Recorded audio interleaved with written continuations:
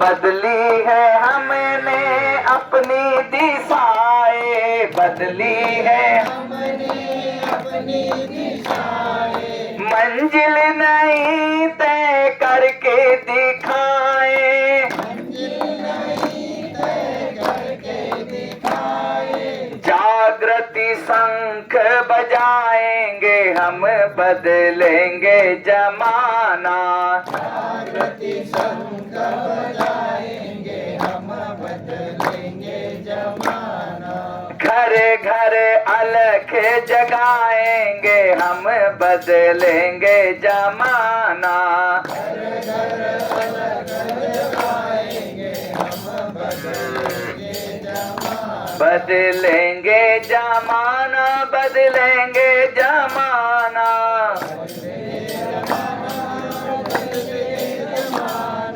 धरती को स्वर्ग बनाएंगे हम बदलेंगे जमाना, धरती को स्वर्ग बनाएंगे हम बदलेंगे जमाना, घर घर अलख जगाएंगे हम बदलेंगे जमाना, घर घर अलख जगाएंगे हम बदलेंगे जमाना। बोलिए सदगुरुदेव भगवान की।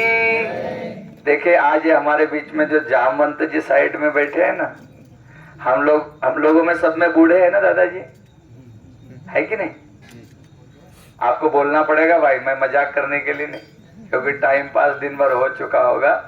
जामवंत जी ने एक बात कही, जैसे मैंने बोला आप लोगों को कि आपके 40 मिनट लोक कल्याण के लिए लगाना और घर घर जाकर इन दीपकों को जलाना है ना। माता बहन ये वाला काम करेगी, भाई लोग जो है आगे प्रज्ञा मंडलों का निर्माण करेंगे, गांव के धार्मिक मंडलों को जोड़ करके एक योजना को तैयार करना है, जिसमें एक सब ज्यादा दीपक जल जाएंगे तो मसाल बन जाएगी। क्या बन जाएगी? मसाल बन जाएगी, और 24 कुंडी यज्ञ की ज्वाला बन जाएगी। क्या बन जाएगी? हाँ, हमारे क्षेत्र में भी 24 कुंडी गायत्री महायज्ञ होगा बंधुओं। ये दादाजी बोले हैं। क्या बोले? दादाजी ने बोले कि अब जो है आठनेर में बहुत हो चुका, अब हम लोग कहा करेंगे, अभी आपका जो क्षेत्र है, आपके क्षेत्र में हर मतलब प्रति वर्ष जो है इस क्षेत्र के अंदर में एक 24 कुंडी यज्ञ होगा, और वो होगा ग्रामीण अंचलों में। आदिवासी भाई बहन जो हमारे से जुड़े हैं उन लोगों के साथ में बैठ करके आप लोगों को 1 घंटे के समयदान में वहां साधना चलाना। 1 घंटा एक गांव में, एक दिन बाल संस्कार शाला, और 1 घंटा एक दिन जाकर के साधना आंदोलन का काम करना है। हो सकता है और नहीं हो सकता है तो फिर हम लोग जो है दीक्षा लेकर फालतू में बैठ के, बुरा मत लगने देना, क्योंकि कई बार क्या होता है, एक आदमी ने तलवार खरीदा और खरीद करके म्यान में फंसा के बहुत दिन तक के रख दिया, और नाम रख दिया वीर बहादुर सिंह। क्या रख दिया? वीर बहादुर सिंह। और गांव में जब हमला करने के लिए दुश्मन आए तो बोले भैया एक काम कर, तेरी निकाल, तू मार दे और तू ही मर जा, मुझे नहीं लेना देना, है ना। ये काम करने वाले नहीं है। हमारे यहाँ 80 साल का बाबा कह रहा है कि मैं तो इस क्षेत्र के अंदर में आज आप लोगों का उत्साह उमंग देख करके, पिछले गांव में हम गए थे, मालूम नहीं गांव का नाम, फिर बोल रहे हैं हम लोग, कावला, इससे आगे गारगुड़ में, इससे और कौन कौन से गांव में गए थे, डंगरा भाटा, इन गांव के अंदर में गए थे। वहाँ रीछ वानर गिद्ध गिलहरी आपकी बात सुनने के लिए आतुर है। सत्संग कौन हमारे गांव में आकर करेगा, उसके लिए आतुर है। ये जो बच्चे छोटे छोटे, इन तक के ज्ञान की गंगा कौन बहाएगा, कौन बाल संस्कार शाला पहुंचाएगा। इसलिए अपनी साइकिल के ऊपर अपना एक झोला लेकर के और एक दिन का 1 घंटे का समयदान यदि आप लोग जाते हो बंधुओं अपने क्षेत्र के अंदर में करने के लिए, तो आपको कोई भगाएगा क्या गांव से? और आपका टारगेट होगा गांव का हनुमान मंदिर, गांव का राम मंदिर, गांव का चौराहा आपका टारगेट होगा। और 10 रुपए की चॉकलेट के अंदर में सारे बाल गोपाल हर बार हर रविवार आपके पास में आकर बैठेंगे, बाबूजी आ गए। इतना प्यार, इतना दुलार यदि आपको कहीं से मिल सकता है तो बंधुओं इसी क्षेत्र को टारगेट बनाना है। जैसे भगवान ने अपना टारगेट अपने गांव को, शहर को नहीं बनाया था। राम जी जंगल में गए थे, कहा गए थे? जंगल में गए थे और जंगल में उन लोगों को जोड़ा था जिन तक के कभी जो है सदविचार सच्चिंतन नहीं पहुंचा था। युग निर्माण की कड़ी मैं आठनेर के हमारे बाबूजी लोगों को सिर झुकाकर प्रणाम करता हूँ, क्योंकि लोग क्या करते हैं, ऐसी जगह जाकर काम करते हैं जहां पर खूब माला मिले, मंच मिले, व्यवस्था मिले, परंतु इन लोगों ने कहा कि इस बार जो है 2 दिन तक रथ जो है ग्रामीण अंचलों में घूमेगा और उन ग्रामीण अंचलों में घूमेगा जहां पर आज तक कभी कोई नहीं पहुंचा, है ना। और आपके साथ में, आपकी परिस्थिति में आठनेर शक्तिपीठ जो है हमारा हमेशा खड़ा रहेगा। आप अपनी आवश्यकता को बताइए, वो पूरे दल के साथ में चलेंगे, क्योंकि कोई कमी नहीं है आठनेर शक्तिपीठ के पास में। प्रतिभा है, संसाधन है, धन है, सब कोई वस्तु है, आप तक के पहुंचेगा। आप चिंता मत करना, आप अपने केंद्र से जुड़े रहिए बंधु, आपकी सारी व्यवस्था जो है सुचारू रूप से चलेगी। इन्हीं 2 शब्दों के साथ में दीपे के मार्ग आरंभ करते हैं। दोनों हाथ अपने घुटनों पर रख दीजिए और कमर सीधी कर लीजिए। 3 बार लंबी गहरी श्वास भरिए और धीरे धीरे श्वास को छोड़िए। ओम भूर्भुवः स्वः तत्सवितुर्वरेण्यं भर्गो देवस्य धीमहि धियो यो नः प्रचोदयात्। देखिए, एक बहन खड़ी हो जाए या भाई कोई भी जल का पात्र लेकर, सबके ऊपर जल का सिंचन होगा और हम लोग गुरु का ध्यान करेंगे। किसका ध्यान करेंगे? गुरु का। गुरु व्यक्ति नहीं है, गुरु विचार है। क्या है? विचार है। और सदी विचार जहां से भी मिले समझ लेना मेरे गुरुदेव के विचार है ना, भगवान के विचार है। ऐसा मानना, किसी का अनादर मत करना, गुरु का ध्यान करना। यथा सूर्यस्य कान्ते अस्तु श्रीरामे विद्यते सर्वशक्ति स्वरूपायै देव्यै भगवते नमः, देव्यै भगवते नमः। ओम मायातु वरदे देवी त्रयक्षरे ब्रह्ममादिनी गायत्री छंदसा मातः ब्रह्मयोनि नमोस्तुते। हमारे साथ बोलेंगे, पवित्रता मामा मनः कायेषु अंतःकरणेषु संवितेष। पवित्रता हमारे को उत्कृष्ट बनाती है, इसलिए सबसे पहले वाणी का जो काम है वो पानी से चलता है। वैसे ही हमारी जो वाणी है, प्रिय वाक्य सुनने के लिए हर जीव तरसता है। हम जन जन तक के जाने की पात्रता को अर्जित करेंगे। मनः कायेषु, पहले मन की पवित्रता चाहिए। मैं बिना कुछ सामने भगवान के रखे, मांगने की इच्छा किए बिना कर्म करने पर विश्वास रखेंगे, है ना। पहले भगवान को नारियल चढ़ाए उससे पहले हम लोग बोल देते भगवान कुएं में पानी लगा देना, बेटे की शादी अच्छे घर में हो जाना चाहिए, लड्डू गोपाल जैसा पोता आ जाना चाहिए और ऐसा हो जाना चाहिए।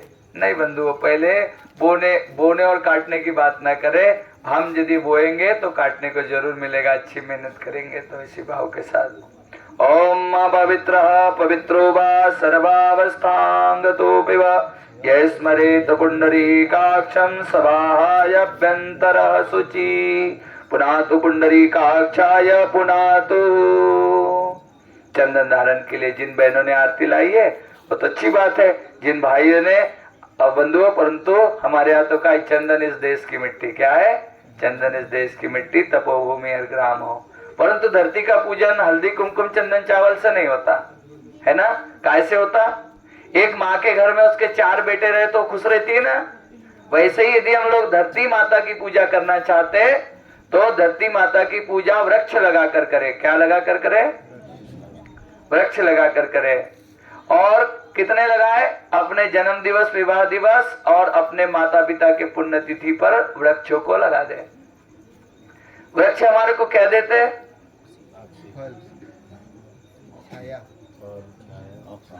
मैं क्या बोल रहा हूँ, 14 रत्न प्रदान करते। क्या है? हमारे जीवन के लिए जितनी आवश्यक वस्तु है उसको देते हैं और उनका नाम है वृक्ष। क्या है? वर अक्ष मतलब नित्य वरदान देने वाले। अक्षय का मतलब होता है जो कभी समाप्त ना हो।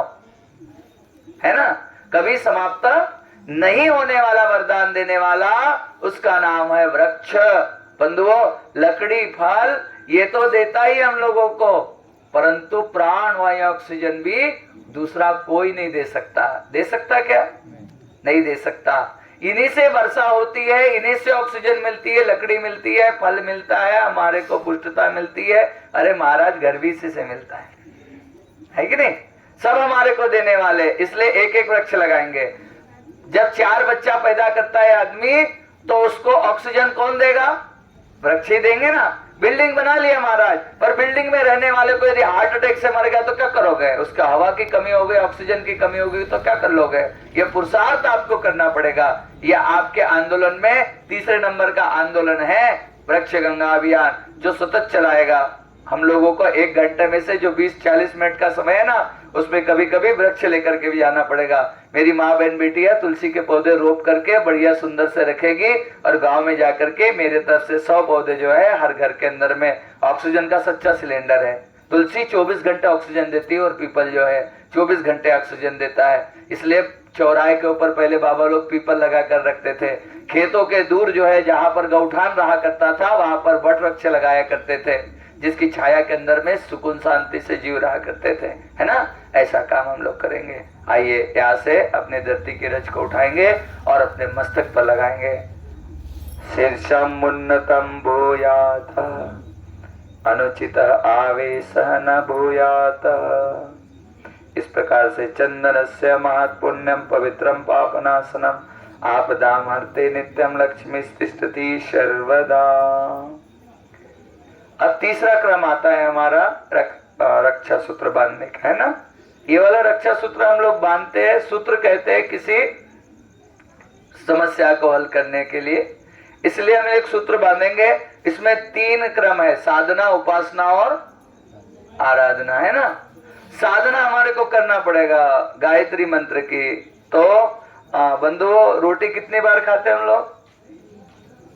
नहीं बोलोगे?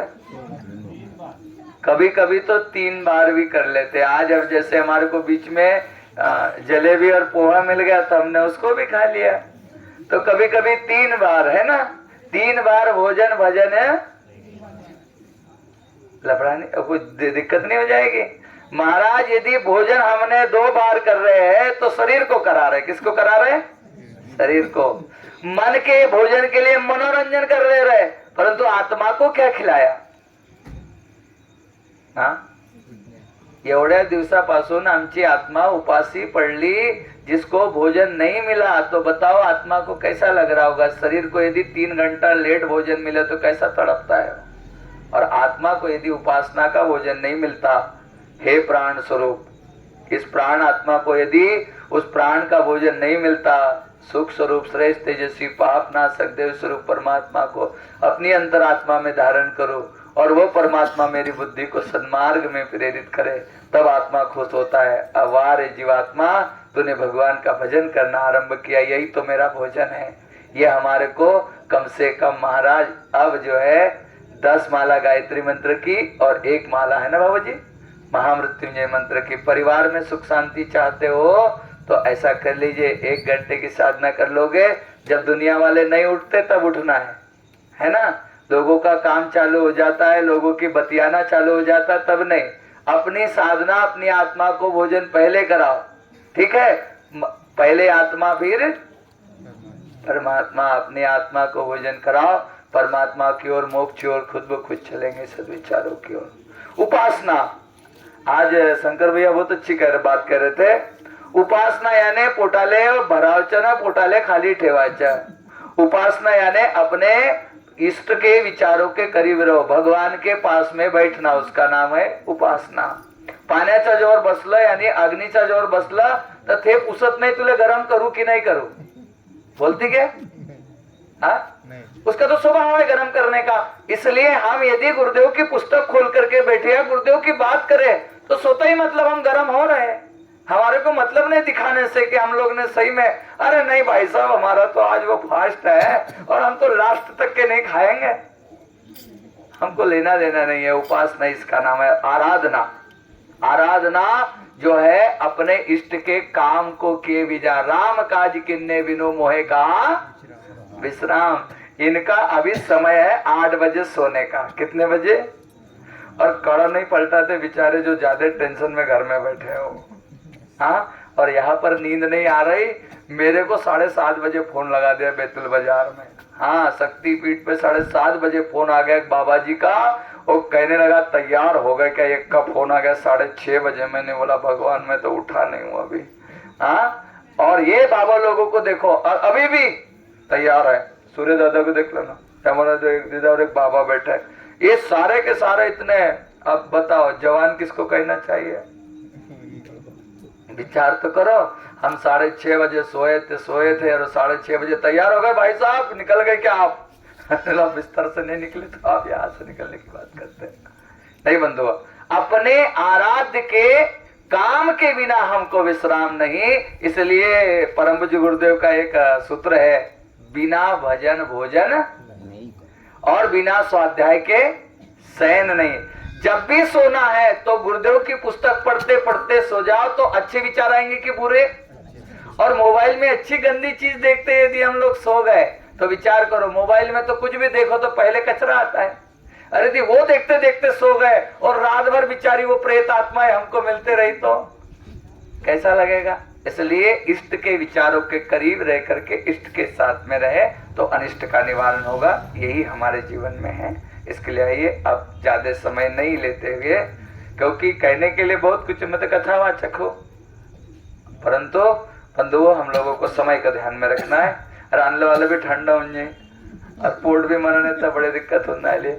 इसलिए भैया एक काम करो, आप लोग पति पत्नी एक दूसरे को तिलक करो, आरती की थाल लेकर गुरुदेव माता जी का पूजन करो। लो बाबूजी अब संभालो जरा मोर्चा को, गुरुदेव माता जी का पूजन करा।